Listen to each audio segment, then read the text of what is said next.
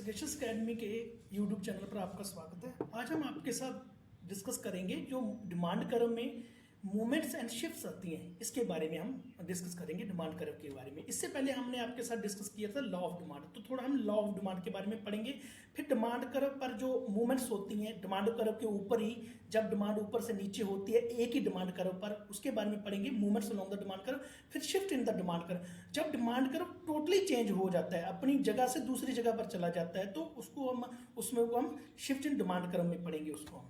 तो पहले हम थोड़ा लॉ ऑफ डिमांड के बारे में देख लेते हैं। हमने लॉ ऑफ डिमांड के बारे में कहा था कि ये इनवर्स रिलेशनशिप शो करता है quantity demanded of the commodity and it's on price, और जो अदर फैक्टर्स होते हैं डिमांड को इन्फ्लुएंस करने वाले वो अनचेंज रहते हैं, वो कांस्टेंट रहते हैं। जैसे कि अदर फैक्टर्स में क्या क्या आ जाएंगे, जैसे कंज्यूमर की इनकम, कंज्यूमर के taste, price of substitute goods, तो ये सब कुछ कांस्टेंट रहेगा। हाँ, जब वस्तु के अपने प्राइस में चेंज आने से, जब अपने प्राइस में चेंज आने से कभी जब किसी वस्तु का प्राइस बढ़ जाता है तो उसकी क्वांटिटी डिमांडेड कम हो जाएगी, जब किसी वस्तु का प्राइस कम हो जाता है तो उसकी क्वांटिटी डिमांडेड ज़्यादा हो जाएगी। यही लॉ ऑफ डिमांड बताता है। हाँ, अदर थिंग्स कांस्टेंट रहेंगी। हम देखेंगे, पहले हम करेंगे जो movements along the demand curve होती है उसके बारे में बात करेंगे। Movements along the demand curve refers to change in quantity demanded of a commodity in response to change in on price of the commodity, other things remain constant।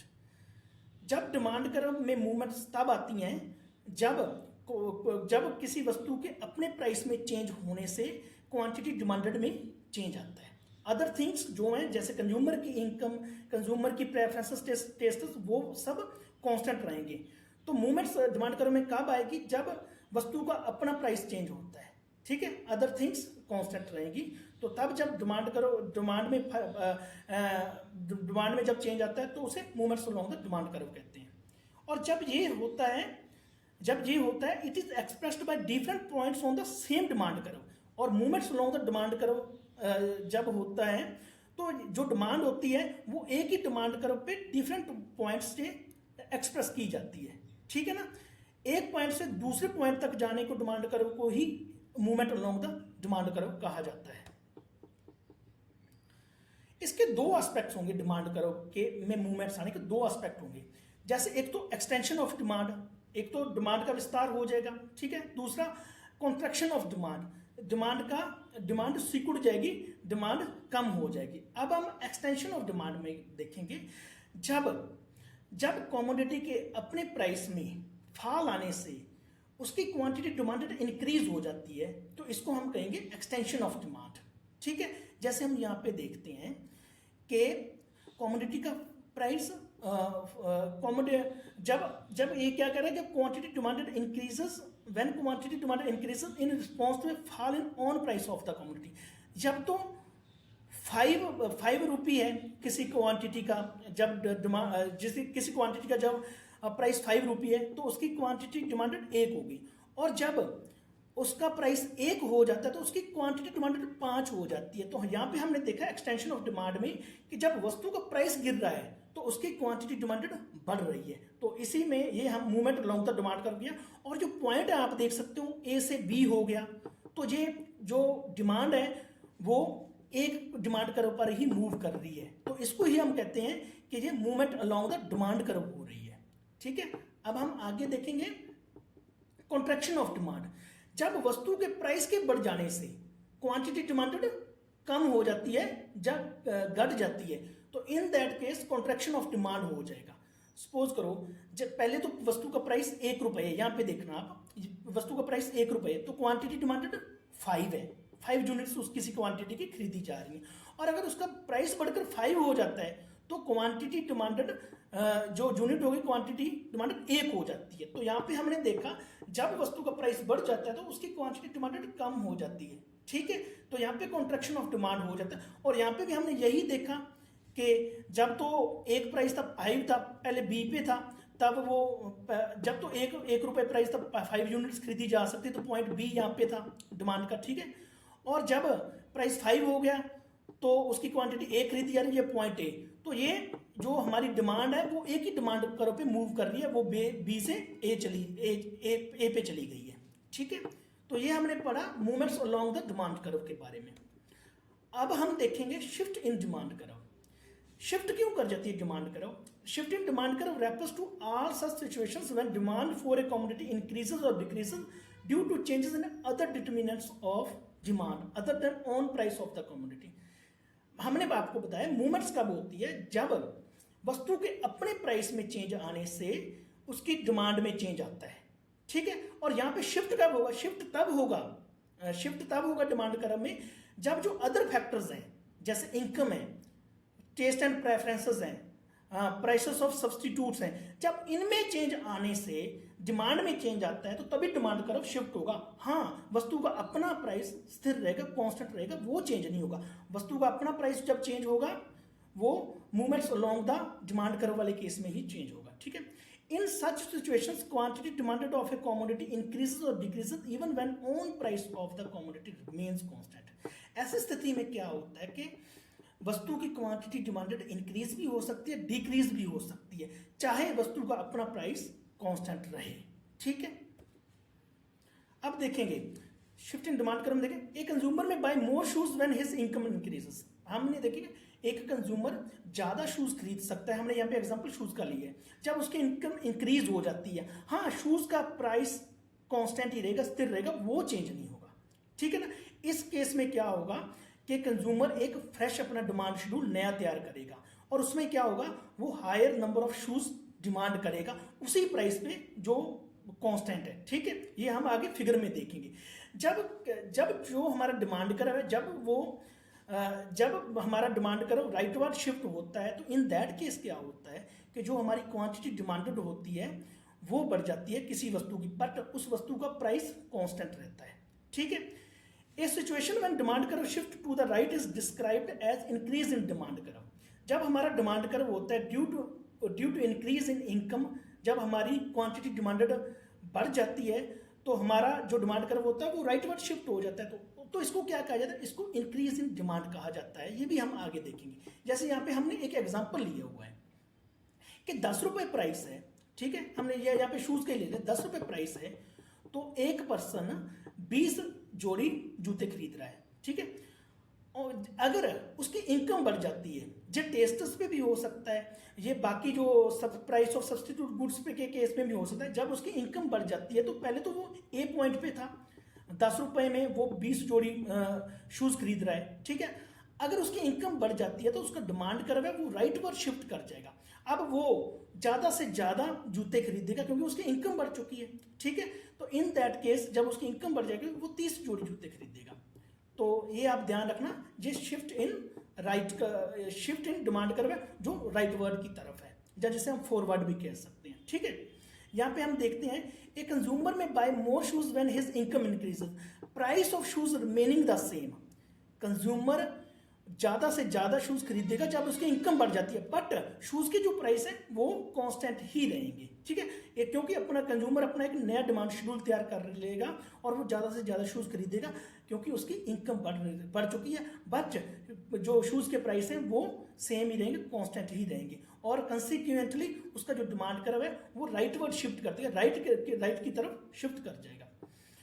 A situation में demand curve shift to the right is described as increase in demand curve. वो हम आपको पहले बता चुके हैं, जब demand curve rightward shift हो जाता है तो इसको इंक्रीज इन डिमांड कहा जाता है। आप यहाँ से भी देख सकते हैं, पहले 10 रुपए में 20 जोड़ी जूते खरीद रहा था, अब 10 रुपए में इनकम बढ़ने से वो 30 जोड़ी शूज खरीद रहा है। इसका मतलब ये हुआ कि उसकी डिमांड बढ़ गई है। अब कॉजेस क्या है, क्यों फॉरवर्ड शिफ्ट हो जाती है, क्यों यहाँ से ए से बी पर चला जाता है, हमारा जो डिमांड कर्व होता है D1 से D2 बन जाता है, ये इसके कॉजेस देखेंगे हम। When income of the consumer increases, जब कंज्यूमर की इनकम इंक्रीज हो जाती है, ये हमने एग्जांपल में भी देख लिया, जब कंज्यूमर की इनकम इंक्रीज हो जाती है वो ज्यादा डिमांड वस्तुओं की करने लगता है। When price of substitute goods increases, जब सब्सटीट्यूट गुड्स का प्राइस बढ़ जाता है, ठीक है। इन दैट केस जैसे हम कॉफी पीते हैं, सपोज करो कॉफी का सब्सटीट्यूट है चाय, अगर चाय का प्राइस बढ़ जाता है तो हम अपनी कॉफी की कंजप्शन बढ़ा देंगे, कॉफी पे ही ज्यादा खर्च करेंगे, ठीक है। When price of complementary goods fall, जो कॉम्प्लीमेंट्री गुड्स होती हैं जैसे ब्रेड और बटर हो गए, ये कॉम्प्लीमेंट्री गुड्स होती है, ये एक साथ ही यूज किए जाते हैं, ठीक है। तो सपोज करो बटर का प्राइस फॉल कर जाता है तो हम ब्रेड की भी ज्यादा डिमांड करेंगे, तो इन दैट केस जो हमारी डिमांड होगी, डिमांड कर्व होगा, वो फॉरवर्ड शिफ्ट हो जाएगा, राइटवर्ड शिफ्ट हो जाएगा। When taste of the consumer shift in favor of the commodity due to change in fashion or climate, जब जो कंज्यूमर के टेस्ट हैं वो कॉमोडिटी के फेवर में चले जाते हैं, ठीक है, क्यों, नया फैशन आया, नया क्लाइमेट हुआ, तो वो उसी वस्तु को खरीदना चाह रहा है जो वो खरीदना चाहता था, ठीक है। तो इन दैट के जब वो जो कंज्यूमर के टेस्ट और प्रेफरेंसेस होती हैं वो वस्तु के फेवर में चली जाती हैं। When availability of the commodity is expected to reduce in the near future, consumer को लग रहा है कि आने वाले टाइम में ये जो वस्तु है, आने वाले टाइम में ये जो वस्तु है, जैसे हम शूज़ का एग्जांपल लिया कि ये जो वस्तु है आने वाले टाइम में इसकी अवेलेबिलिटी कम हो जाएगी, ये कम प्राप्त होगी, इसके स्टॉक कम हो जाएंगे, तो ठीक है, इन दैट केस जो हमारा डिमांड कर्व होगा वो फॉरवर्ड शिफ्ट हो जाएगा, ठीक है। फिर सिमिलरली क्या होगा, when income of the consumer decreases, he may decide to buy less number of shoes and draws a new demand schedule but showing lower number of shoes against each possible price than before and his demand curve would shift to left। इस case में क्या होगा, जब consumer की income कम हो जाती है, ठीक है, पहले तो देखो वो 10 रुपए में ए पॉइंट पर 30 यूनिट्स जूतों के खरीद रहा था, 30 पेयर जूते खरीद रहा था। अब क्या हुआ, उसकी इनकम कम हो गई, तो इनकम कम हुई तो उसका डिमांड कर्व बैकवर्ड शिफ्ट हो जाएगा, ठीक है, लेफ्टवर्ड शिफ्ट हो जाएगा। तो अब वो इनकम कम होने से अब वो 10 रुपए में ही वो सिर्फ 20 जोड़ी शूज ही खरीदेगा। तो ये हमने देखा कि जब बैकवर्ड शिफ्ट आता है डिमांड कर्व में, क्या उसमें क्या होता है कि कंज्यूमर को जब इनकम कंज्यूमर की कम हो जाती है तो उसको अपना नया डिमांड शेड्यूल बनाना होता है। नया डिमांड शेड्यूल बना के अब वो उसी प्राइस पे कम जूते खरीदेगा क्योंकि उसकी इनकम कम हो गई है। तो हमारा जो डिमांड कर्व था पहले तो D1 था, अब वो D2 हो जाएगा, बी पॉइंट पर बन जाएगा, ठीक है। ये हमने देखा शिफ्ट इन डिमांड कर्व, ठीक है।